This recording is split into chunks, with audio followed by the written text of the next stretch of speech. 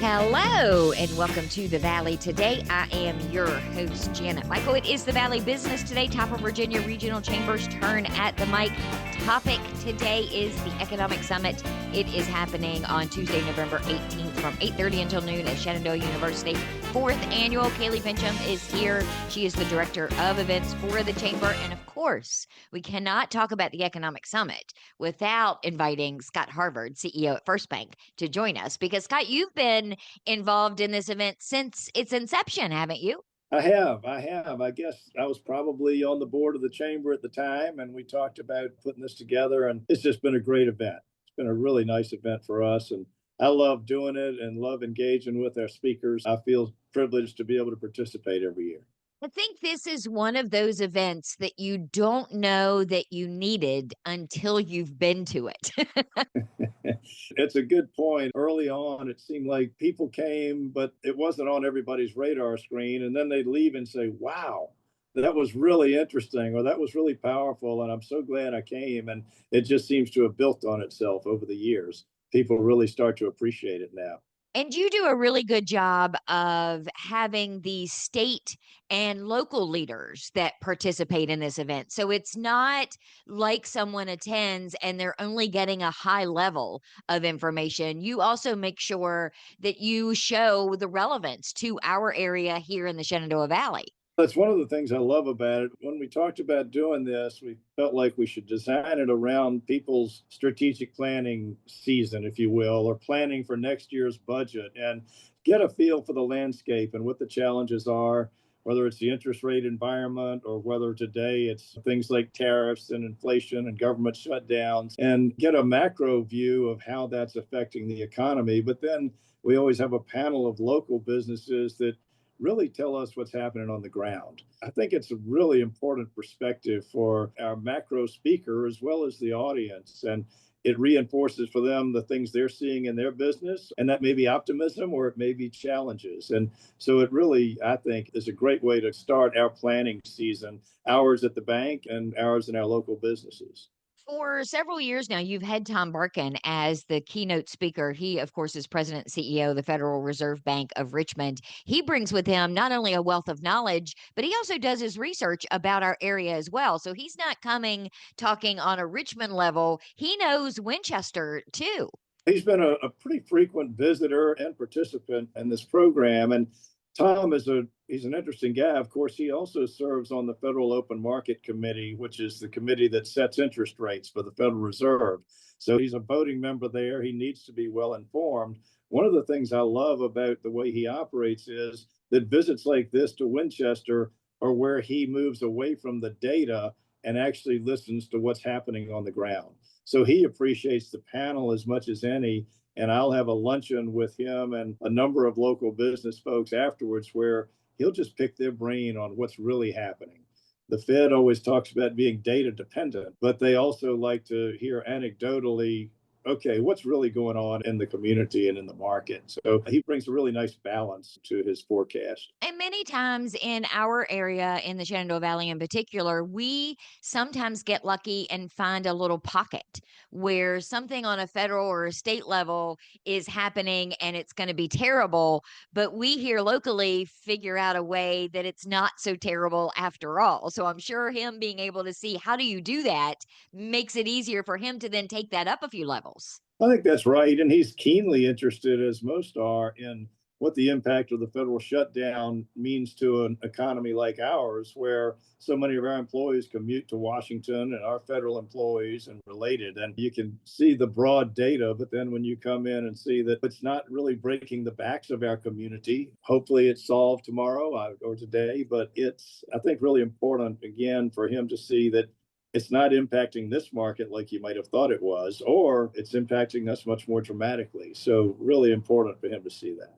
I would assume too that it's beneficial when he comes year after year because sometimes there is a lull. What's happening on a state level may not actually start impacting us in the Shenandoah Valley for months, if not a year down the road. So he gets to have that history and say, hey, this is what we talked about last year, but now what I talked about the year before is coming to fruition. It gives him some really good relevance to be able to judge what's really happening. Well, I think it does. And also does these kinds of events across the footprint. So across Virginia as well as across the mid-Atlantic. And so he gets a really good perspective, whether he's in Bristol or Roanoke or Danville or Winchester, and sees whether there are broad trends that are really impacting us or whether it is more regional and isolated. So I think it's really beneficial to him. And then what he brings back to the Federal Open Market Committee in terms of what's really going on out there. Your featured speaker for the event is Juan Pablo Segura. He is Secretary of Commerce and Trade Economic Outlook for the Commonwealth of Virginia. How do you guys choose who your featured speaker is going to be? That's a good question. Because we don't want to double down on economists, and Tom really brings that economic forecast to us. But we do like to have somebody that brings a Virginia perspective to us. And so this year, we're really lucky to have Juan Pablo Segura. We've had the CEO of the Port Authority in the past and how that impacts the broader economy in Virginia, and especially up here through the port in Front Royal. So we try to get folks that kind of bring a little bit more of a Commonwealth of Virginia view. We've got the macro view from Tom Barkin, really, in terms of the broader interest rate environment. And then, of course, we like to get on the ground with our panel and say, okay, we hear what you guys are saying.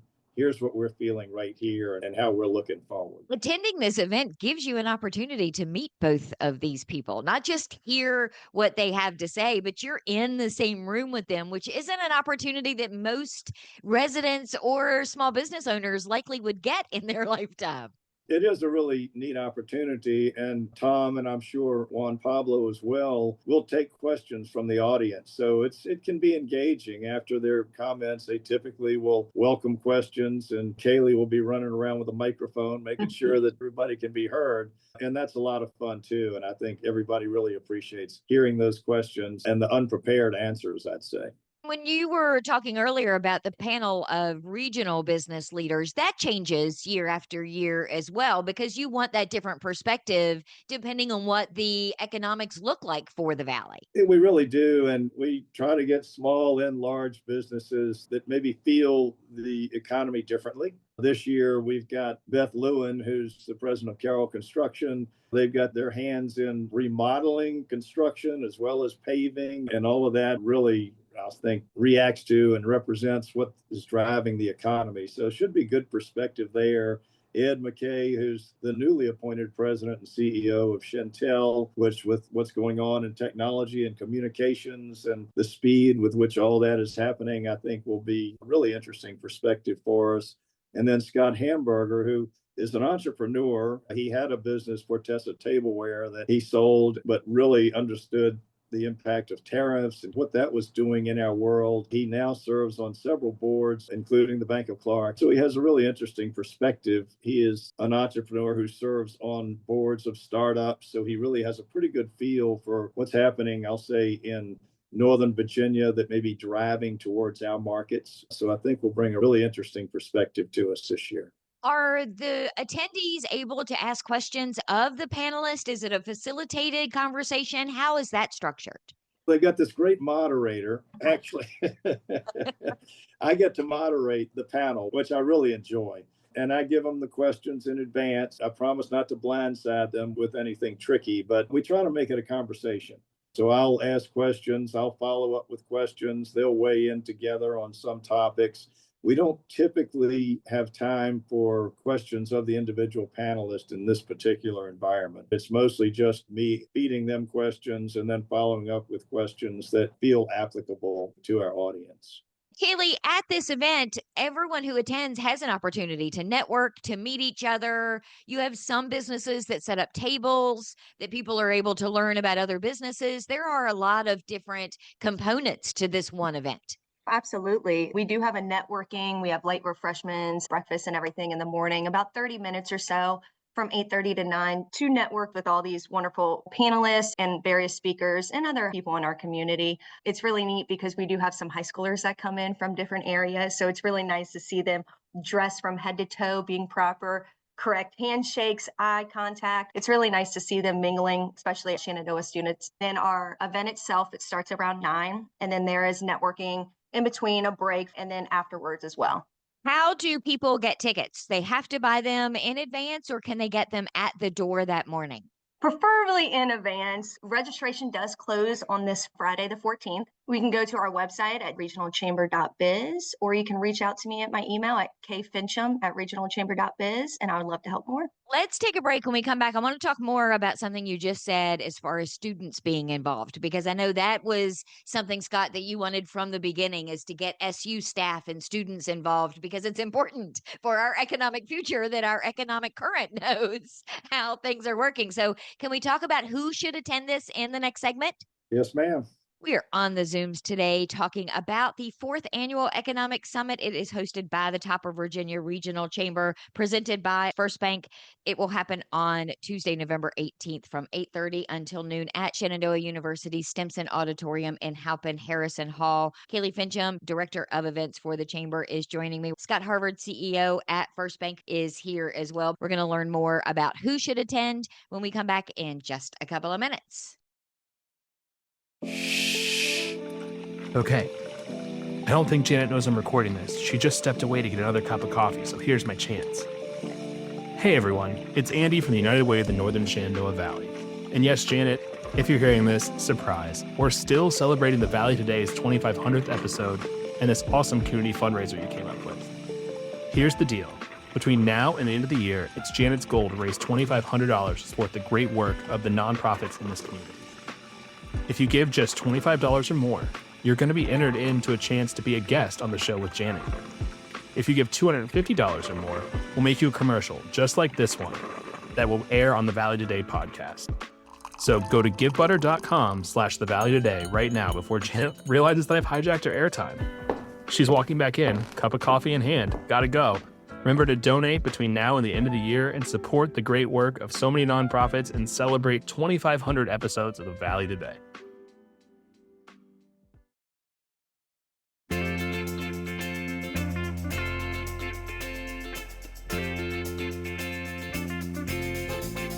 We are back on the Valley Today. I am your host, Janet Michael. It is the Valley Business Today. Top of Virginia Regional Chamber's turn at the mic. Kaleigh Fincham, Director of Events for the Chamber, is joining me. We're talking about the 4th Annual Economic Summit. Scott Harvard, CEO at First Bank, who is the presenting sponsor of this event, is here as well, because you don't just put your name on this event, Scott. You are in the weeds. We were talking earlier about you are the facilitator for the panel of local business owners. You're in negotiations with who the keynote is going to be. You know him personally. You really get involved in the planning and then the outcome of this event. Well, now don't throw me under the bus, Janet, because Cynthia and Kaleigh probably think he's into weeds too much. So that's just unfair. No, never. But I am involved with it just because I really enjoy it. And thanks to Cynthia and Kaleigh, they actually let me dabble along with them. It's a lot of fun. I enjoy facilitating the panel. It's awesome. But what I really like is partnering with Shenandoah University and our local businesses to bring this kind of program to our community. I just think it's a real value to everybody that attends, whether it's the local students that come in from high school, whether it's the Shenandoah University Business School students, or our local business leaders, small business owners who come in and really get a pretty good perspective on what we're thinking about for 2026 and what my budget ought to look like and what kind of risk I ought to be willing to take or not. And it just creates a lot of good conversation among our business people. So just love being a part of it. It's a lot of fun. I would imagine that there is a certain segment of business owners out there that are listening today and they're like, yeah, but the economics isn't my thing. I need to know about trends, or I need to know about workforce development. These are all topics that you incorporate into those panel discussions and the overall conversation. I think that's right. And these are real world presenters, I'll say. Tom Barkin, as smart as he is, and as much as I'll just say probably geeks out on the data, if you will, he presents the information like he's sitting at your dining room table. He's very comfortable with bringing it down to where it's relatable to us, which is really great. Of course, our local business folks are talking like you might be in their business saying how things going today. And you're learning a lot from them. Our speakers on the Commonwealth bring such good perspective. And we've been lucky. They've all been really good at bringing us information that just feels really applicable to us as we're planning. And it's not so much economic data, but it's what does that economic data mean to me? how might that affect my business? And most of our business people aren't economists. They're high energy people with a dream who work really, really hard and are trying to figure out what to do next. And so it brings a great perspective, I think. I also think it's a great education for them about how something like workforce retention is impacted by the economy. We don't necessarily put those things together sometimes. Hey, if this is happening, then this is going to happen, which is ultimately going to cause your employees to maybe leave sooner. You know, it was really interesting. A few years ago, there was so much pressure on workforce and retaining your workforce because of hybrid working and just the way the world was changing. And I think our panelists really brought some interesting perspective to that discussion in terms of the challenges, in terms of how some of them were navigating the hybrid workforce. And I think it became really relatable to our business people who were saying, how do I keep good employees? Or how do I find them today? And so we'll typically find that there are topics of the day or challenges of the day. I mean, today, just the cost of healthcare and how do you deliver that to your folks is a critical component. And how do you change people's behaviors to help all of us afford it more readily? So topics always kind of come to the top that are, I'll say, pretty consistent among our business folks and become relatable and really open our eyes sometimes to how we might tackle them. It has always been important to you in particular, but to the chamber for this event to include those Shenandoah University students, not just because you're having it on their campus, but you see that they are the future. And it's great to bring them into things like this to give them that little bit of education and help them as they move forward. They have a program that really revolves around the legacy mindset at Shenandoah University, a business class, and it's how do you leave your legacy? And I think bringing speakers like this onto campus for them gives them a legacy from their education. I remember when I was a very young banker going to Washington and watching Paul Volcker testify in front of the Senate. I'll never forget it. I'll never forget it. It was my first encounter with the chairman of the Federal Reserve Bank. And for these students to have the opportunity to hear Tom Barkin talking about interest rates that affect the world, really, and our entire country, I think is just a great opportunity to maybe spark one of them, maybe trigger something that becomes a career-changing event or an inspiration. So really, it's a great opportunity for the students to get in there and learn a little something. How cool is it going to be for you in 15 years when one of them becomes the featured speaker at this event because they attended it while they were at Shenandoah? Because I know that's going to happen. I'm sure that's going to happen. That'd be awesome, Janet. I hope I've got that much runway. You got another 30, 40 years ahead of you, I'm pretty sure. You kind of have a bird's eye view of what's going to be discussed. You know who is normally there. What are you most excited to see happen during this event or immediately after in the conversations? For me, I guess like everybody that's there, I'm there to learn what people are hearing and seeing and thinking too. I'm an attendee. I get to participate. I get to moderate the panel, but in moderating the panel, I'm asking questions I'm curious about. Did the tariffs affect your business at all? Do you see it affecting what's going on around our community, or is that over? And should I even be worried about that for next year? What are you thinking about inflation and how is that driving your customer behaviors? And went into a local convenience store the other day and I asked him how business was and he kind of rolled his eyes and said, it's really hard. And I hadn't heard that really. And he said that there are folks that are cutting back on things that typically they would come in and, he sells a lot of different beers and fried chicken and the like. But it was interesting to me, it just got my attention. And if you don't really bring people to the table and ask them what's going on, you may not realize that there's an undercurrent or there may be some drag on the economy that we need to be thinking about and prepared for. It's interesting that you say that too, because that education comes in many forms with different people. One of my favorite events that happens twice a year is the Luckett's Market that they have over at the Clark County Fairgrounds. It's a holiday for me. I get my VIP ticket. I have a special wagon to put all of my finds in while I'm there shopping. And this past fall, it was great. It's always great. But I noticed, as someone who's been to the spring and the fall for a lot of years, that there were a lot less options. some of the vendors that come from all over the country to set up for this show didn't have the displays and the amount of items that they normally did. And it bugged me for a while as I was walking around. And then it dawned on me that it is likely because those items did not get made here in the US. They came from China or India or Australia, wherever. Right. And the cost of tariffs made it more difficult for them to be able to buy the things to then resell at Luckett's. And so as I was explaining that to people, it didn't occur to them. They assumed, oh, they just have taken the cheap way out. They're looking bad upon our businesses without understanding the decisions they have to make that impact the ultimate product or service they offer to us as consumers. I think you're spot on there. I think it's that experiential sort of learning, right? And engagement and having the opportunity to hear from folks that are on the ground every day. It's really important and helps you formulate your own conclusions as opposed to reading the Wall Street Journal and it says this is what's happening broadly. And, well, I don't really see it affecting me. Well, maybe if I talk to the guy next to me, I'll realize it really is. And so we'll all be in the same room and we'll have some great conversations about it, I think. Kaleigh, how does someone get a ticket for the event? Do they go to your website?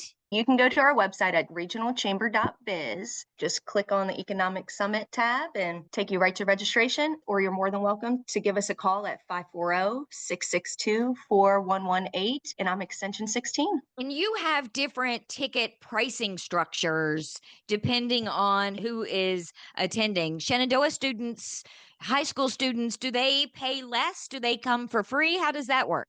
It is $40 if you're a chamber member and affiliated to another chamber as well. So Shenandoah County or Warren County, they can get the same ticket price. Non-member would be $50. High school students and SU students are free. Scott, I love too that you have this partnership where you can be a member of the chamber in Warren County or a member of the chamber in even Page County and come to this event, because what you're talking about isn't Winchester, Frederick County specific. It really is the entire Shenandoah Valley. It really is. And we are really one big community, I think. And so I think if to the extent that our communities, our local businesses are successful in any of our communities, it raised the tide for all of us. And so we want to promote successful businesses everywhere we go. I'm going to buy my ticket so I can come, Scott Harvard, and watch you be the Janet Michael of the Valley today as the facilitator for the local panel. Oh, he loves it. I cannot drink enough coffee to be the Janet Michael of the event. I think you could wear an orange bow tie, though, and pull it off. I'll have to dig around and see if I've got an orange bow tie. I like it. Thank you for taking the time to give me the details for this today. Thank you, Janet. I appreciate it. Kaleigh, thank you. And Kaleigh, thank you for getting Scott to Zoom with us for a little bit and give me all the details. I always have fun talking to you. As I do you, Miss Janet. I will be back tomorrow with a brand new episode of The Valley Today, a few minutes after noon, so meet me here then.